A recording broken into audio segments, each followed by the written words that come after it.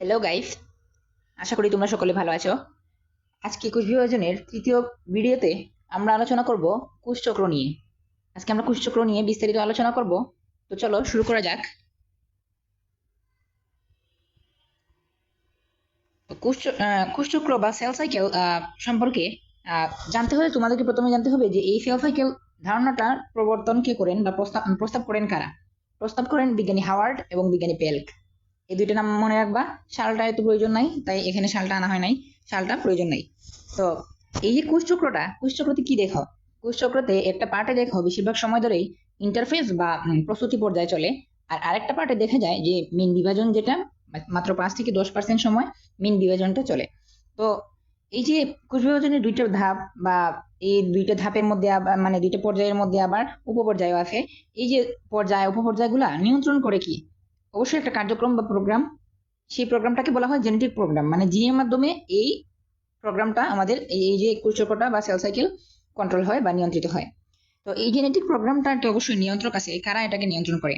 Genetic প্রোগ্রামটা নিয়ন্ত্রণ করে নিচে আসলে দেখতে পারবা যে আম, এই যে কিছু উদ্দীপক এই জেনেটিক প্রোগ্রামটা নিয়ন্ত্রণ করে। আমরা আগের ভিডিওতে দেখে এসেছিলাম যে এই সাইক্লিন প্রোটিন এবং সিডিকে এনজাইম মিলে একটা যৌগ গঠিত হয়, সেটাকে সাইক্লিন সিডিকে যৌগ বলা হয়। এটা কি করে? এটা আমাদের অভ্যন্তরীণ উদ্দীপনা প্রদান করে। এটা এটা তোমাদের মনে আছে কিনা জানি না, যে এই সাইক্লিন সিডিকে যৌগ অভ্যন্তরীণ উদ্দীপনা প্রদান করে। আর এই যে আমাদের গ্রোথ ফ্যাক্টরটা আমাদের বাহ্যিক উদ্দীপনা প্রদান করে, কোষ বিভাজনের জন্য বাহ্যিক উদ্দীপনা প্রদান করে। তো এরপরে আসো সময়কাল। এই যে কোষচক্র কোষচক্রের সময়কালটা কতটুকু দেখো। তুমি একবার পড়বা কোষচক্রের সময়কাল আর একবার পড়বা ইন্টারফেসের সময়কাল। এগুলো মাথায় রাখতে হবে যে কোনটা কখন কখন কি পড়তেছো, সেটা মাথায় রাখতে হবে। এই যে এখন পড়তেছো যে কোষচক্রের সময়কাল, এটা কিন্তু ইন্টারফেসের সময়কাল না। তো কোষচক্রের সময়কালের ক্ষেত্রে আহ, এখানে বলা হয়েছে আমাদের দেহে 24 ঘন্টাই কোষচক্র চলতে থাকে। আর ইস্ট মানে কি? ইস্ট মানে হলো এককোষী ছত্রাক, সাচ্চারোমাইসেস। এই ইস্ট মানে হলো কি? এককোষী ছত্রাক, এককোষী ছত্রাক। তোমরা শৈবাল ছত্রাক চ্যাপ্টারটা যদি পড়ে থাকো তাহলে এটাতে দেখতে পারবা যে এককোষী ছত্রাককে ইস্ট বলা হয়। তো ইস্টের বিভিন্ন উপকারিতা আছে, সেগুলা তোমরা পঞ্চম অধ্যায়ে জানতে পারবা। তো ইস্টেরও তো একটা কোষ আছে। তো ইস্টের কোষে 90 মিনিট ধরে কোষচক্র চলতে থাকে। ঠিক আছে, মনে রাখবা, এরকম মনে রাখবা যে ইস্ট কি খেলে। ইস্ট 90 মিনিট ফুটবল খেলে। তোমরা জানো না যে ফুটবল খেলায় 1 ঘন্টা 30 মিনিট মেইন খেলাটা হয়, বিরতি বাদে 1 ঘন্টা 30 মিনিট খেলাটা হয়, তাহলে 1 ঘন্টা 30 মিনিট মানে কি 90 মিনিট। তারপরে আসো, এই যে তুমি একটু আগে দেখলা মানব দেহে 24 ঘন্টায় কোষচক্র চলে। এই 24 ঘন্টার মধ্যে 23 ঘন্টায় চলে কি ইন্টারফেস। মাত্র 1 ঘন্টা কোষটা বিভাজিত হয়। আশা করি এটা বুঝাইতে পারছি। আমি একটু আগে বলে এসেছিলাম যে ইন্টারফেস হলো প্রস্তুতিমূলক পর্যায় বা প্রস্তুতিমূলক দশা, যেটাকে মেটাবলিক ফেজও বলা হয়, মানে বিপাকীয় ফেজ। তো এই দশাটা আমাদের কোষ বিভাজনের থেকে অনেক বেশি সময় ধরে থাকে, মানে আমাদের কোষ চক্রের 90 থেকে 95% সময় ইন্টারফেস দশা বা মেটাবলিক ফেজটা থাকে। চলো আমরা ইন্টারফেস নিয়ে একটু বিস্তারিত আলোচনা করব। হ্যাঁ, এখন আমরা চলে এলাম কি ইন্টারফেসে কি হয়? কোষটা প্রস্তুত হয় ইন্টারফেসে বিভাজিত হওয়ার জন্য। ঠিক আছে, তো এটাকে কি বলা হয়? প্রস্তুতিমূলক পর্যায়ে বাংলায় যদি বলো, ইংলিশে আর একটা জিনিস বলা যায় যে মেটাবলিক ফেজ। এটা হলো ইংলিশ নাম। ইন্টারফেসটা হলো ইংলিশ নাম, এর সাথে এটাকে বলা যায় মেটাবলিক ফেজ বা বলা যায় বিপাকীয় দশা বা বিপাকীয় ফেজ। তো বিপাকীয় দশায় যে নিউক্লিয়াসটা পাওয়া যায় সেটাকে কি বলে? বিপাকীয় নিউক্লিয়াস। এই যে বিপাকীয় দশায় যে নিউক্লিয়াস পাওয়া যায় তাকে বিপাকীয় নিউক্লিয়াস বলে। এখন কথা হলো ভাই, যে এখানে ইন্টারফেস দশায় কোষের যে নিউক্লিয়াসটা থাকে সেটাকে বিপাকীয় নিউক্লিয়াস কেন বলা হয়? এর তো কোনো একটা কারণ আছে। হ্যাঁ, কারণ আছে। এই যে ইন্টারফেস দশায় তোমার কোষ বিভাজন হওয়ার জন্য বিভিন্ন জৈব পদার্থের প্রয়োজন হয়। বিভিন্ন কিসের প্রয়োজন হয়? বিভিন্ন জৈব পদার্থের প্রয়োজন হয়। এই জৈব পদার্থগুলো তৈরি হওয়ার কারণে এখানে কোষগুলা কি সক্রিয় হয়ে যায়, মানে বিপাকীয় অবস্থার মতো সক্রিয় হয়ে যায়।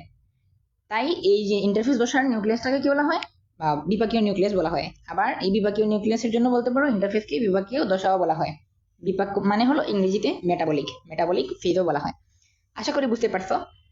এই জৈব পদার্থ তৈরি হওয়ার কারণেই মূলত নিউক্লিয়াসটা সক্রিয় হয়ে যায়, বিভাজনের জন্য সক্রিয় হয়ে যায়। এই সক্রিয় নিউক্লিয়াসকে বিভাগীয় নিউক্লিয়াস বলা হয়। তো এই যে তোমার ইন্টারফেস দশা হলো কোষচক্রের 90 থেকে 95% বা বাংলায় বলে 90 থেকে 95 ভাগ সময়টাই হলো তোমার ইন্টারফেস বা প্রস্তুতি দশা। তো ইন্টারফেস নিয়ে এখানে কথা শেষ না, ইন্টারফেস নিয়ে আরো আলোচনা আছে। তো আরো আলোচনা কি, এই যে বললাম ইন্টারফেসে বিভিন্ন জৈব পদার্থ তৈরি হয়, জৈব পদার্থগুলো কেন তৈরি হয়, কোষ বিভাজনের জন্য প্রয়োজন, তাই ইন্টারফেসে জৈব পদার্থগুলো তৈরি হয়। তো এই যে জৈব পদার্থগুলো তো আর একসাথে তৈরি হয় না, এক একটা উপপর্যায়ে তৈরি হয়। ইন্টারফেস হলো একটা পর্যায়, ফেজ মানে পর্যায়। এই ইন্টারফেসকে আবার 3টা উপপর্যায়ে ভাগ করা হয়েছে, সেগুলো নিয়ে আমরা একটু পরে স্লাইডে আলোচনা করব। হ্যাঁ, এখানে দেখো এই বক্সের আলোচনাটা করার আগে তোমাদেরকে এই দুটো জিনিস জানতে হবে। সিডিকে তোমরা আগের ক্লাসে জেনে আসছো, সিডিকে মানে হলো সাইক্লিন ডিপেন্ডেন্ট কাইনেজ। তো এই সিডিকেটা হলো কি একটা এনজাইম, সরি এটা কি লিখলাম, সিডিকেটা হলো একটা এনজাইম। আর এমপিএফ এই যে এটা হলো যে ম্যাচুরেশন প্রমোটিং ফ্যাক্টর।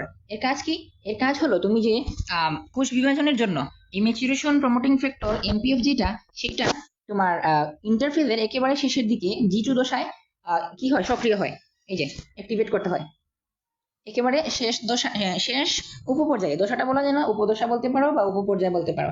একেবারে শেষ উপপর্যায়ে তোমাদের এমপিএফটা কি সক্রিয় হয়। কেন সক্রিয় হয়, এর এর ফুল নেমের মধ্যেই আছে যে ম্যাচুরেশন প্রমোটিং ফ্যাক্টর। সে এই যে আগের ধাপগুলোতে তৈরি হওয়া জিনিসপত্র যেগুলো, যেমন এখানে দেখো প্রোটিন, আরএনএ, ডিএনএ, তারপর তৈরি হবে কি মাইক্রোটিবিউল, তারপর সেন্ট্রিওল, এইগুলাকে কি করবে, ম্যাচুরেটেড করবে, যাতে এগুলো কি কোষ বিভাজনে সক্রিয়ভাবে ভূমিকা রাখতে পারে। তাই একেবারে শেষ পর্যায়ে ম্যাচুরেশন প্রমোটিং ফ্যাক্টরটা ইউজ হয়। তো এমপিএফ এর মিনিংটা উপরে দেওয়া আছে, দেখে নিবা।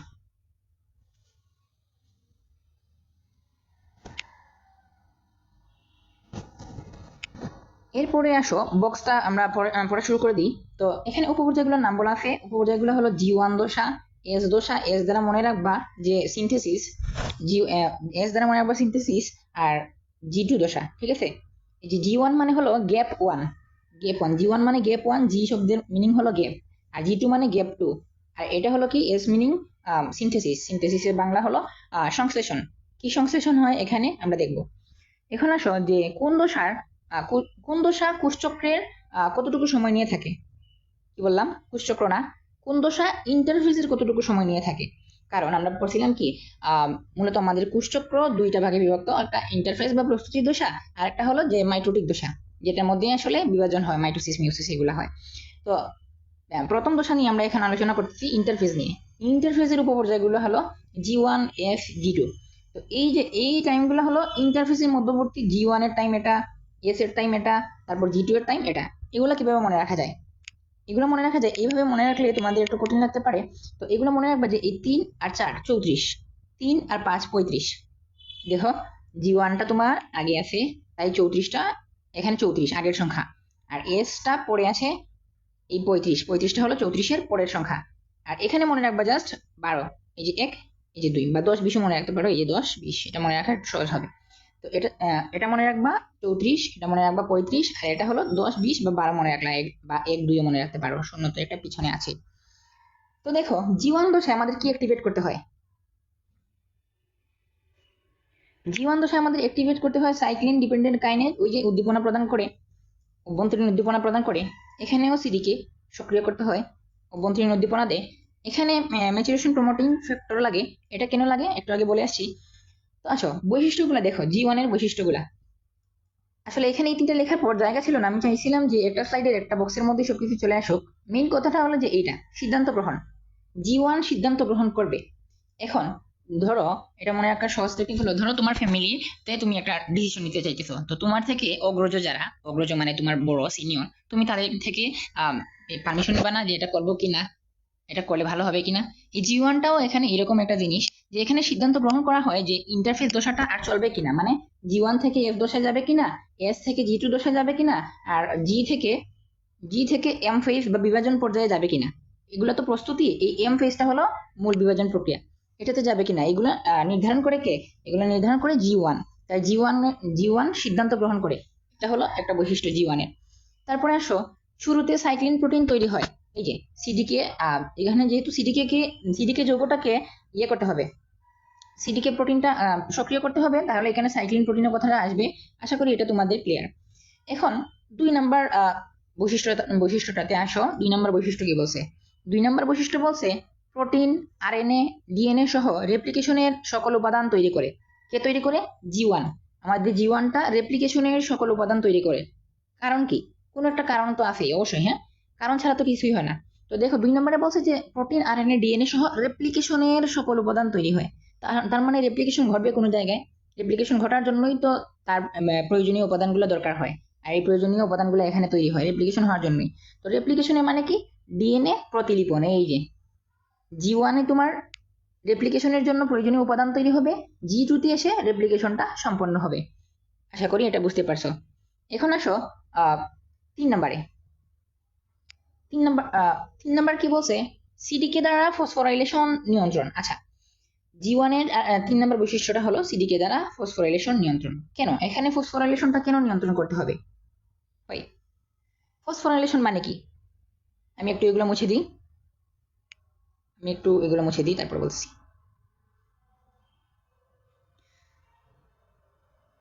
ফসফোরাইলেশন মানে কি? ফসফোরাইলেশন মানে হলো এডিপি এর সাথে ফসফেট, ইনঅর্গানিক ফসফেট যোগ করে দেওয়া, মানে অজৈব ফসফেট যোগ করে দেওয়া। তো এডিপির সাথে ইনঅর্গানিক ফসফেট বা অজৈব ফসফেট যোগ করে দিলে কি তৈরি হবে? ডি মানে ডাই, এডেনোসিন ডাইফসফেট। তো তুমি আরেকটা ফসফেট এড করে দিলা, তাহলে 3টে ফসফেট হবে না? Triphosphate, adenosine triphosphate, ATP. তো এই এটিপিটা তৈরি হবে ভবিষ্যতে কোনো একটা জায়গায় গিয়ে, এই এটিপিটা তৈরি হবে। তাই এখানে ফসফোরাইলেশন করে রাখলো, ফসফোরাইলেশন নিয়ন্ত্রণ করা শুরু হলো। তো এটিপিটা কই তৈরি হয় দেখো, এই যে 2 নম্বর জি টু এর 2 নম্বরে এটিপি তৈরি হবে। সব মাথা ব্যথা কার? G1-এর। দেখো, সিনথেসিস দশায় ডিএনএ প্রতিলিপন ঘটবে, মানে ডিএনএ রেপ্লিকেশন ঘটবে, তাই এখানে রেপ্লিকেশনের জিনিসপত্র তৈরি করার মাথা ব্যথা G1-এর। তারপর G2 দশায় এসে এটিপি তৈরি হবে, এই এটিপি তৈরির জন্য ফসফোরাইলেশন করার মাথা ব্যথা কার? G1-এর। তাই বলা হয় কি, G1টা সিদ্ধান্ত গ্রহণ করে, বা নিয়ন্ত্রকও তুমি বলতে পারো, যে ইন্টারফেসের নিয়ন্ত্রককে G1 দশা। এটা প্রশ্ন হতেই পারে। তারপরে আসো, তুমি এখানে একটু মনে রাখবা, মুখস্থ রাখবা এই 2টা লাইন, যে এখানে হিস্টোন প্রোটিন তৈরি হয়, এগুলো বোঝার কিছু নাই। এখানে হিস্টোন প্রোটিন তৈরি হয়, হিস্টোন প্রোটিন কি সেটা আমরা কোষ ও এর গঠন চ্যাপ্টারে আলোচনা করব। তো আর স্তন্যপায়ীতে এই সিনথেসিস দশা, দেখো এখানে কিন্তু অনেক টাইমের ঝামেলা আছে, যেগুলোতে তোমাদের ঝামেলা লাগতে পারে। একটা আছে যে তোমার কোষচক্রের টাইমিং 90 থেকে 95% এবং 5 থেকে 10%। আরেকটা আছে ইন্টারফেজের যে উপপর্যায়গুলো, সেইগুলোর টাইম, যেমন 34, 35 আর 10, 20, যেগুলো তোমাকে বলছিলাম। এই যে 34, 35, 10, 20, এগুলা। তো এইগুলা ছিল কি ইন্টারফেসের উপপর্যায়ের টাইমগুলা। এখন দেখো বলছে উপপর্যায়ের মধ্যে আবার সিনথেসিস দশায় স্তন্যপায়ীতে এই সিনথেসিস দশাটা 7 ঘন্টা স্থায়ী হয়।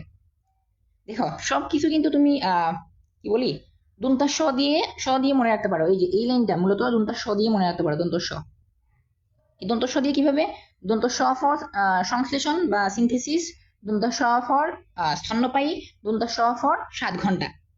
আশা করি এটা মনে রাখতে পারবে। আবার বলি, দন্ত স ফর সিনথেসিস বা সংশ্লেষণ, আর দন্ত স ফর স্তন্যপায়ী, দন্ত স ফর 7 ঘন্টা। এইগুলা সবকিছু ক্লিয়ার? সবকিছু ক্লিয়ার হলে আমরা এখন G2 দশা নিয়ে বিস্তারিত আলোচনা করব, G2 দশার বৈশিষ্ট্যগুলো নিয়ে। তো আসো, G2 দশার বৈশিষ্ট্যগুলোতে কি বলছে, এটাতে দেখে আসছি এটিপি তৈরি হবে, এটিপি তৈরির জন্য যে ফসফোরাইলেশন সেটার মাথা ব্যথা G1-এর, সেটা দেখে আসছো। এখন তোমরা যে জানো তোমাদের নিউক্লিয় পর্দা, কোষ বিভাজনের একটা পর্যায়ে সেই নিউক্লিয় পর্দা ও নিউক্লিয় লাস বিলুপ্ত হয়ে যায়, তৈরি হয় স্পিন্ডল তন্তু দ্বারা তৈরি হয় স্পিন্ডল যন্ত্র। তো এই যে স্পিন্ডল তন্তুটা তৈরি হয়, এই যে স্পিন্ডল তন্তুটা তৈরি হয়, সেটা তৈরি হয় মাইক্রোটিবিউল দ্বারা। স্পিন্ডল তন্তুটা তৈরি হয় মাইক্রোটিবিউল দ্বারা।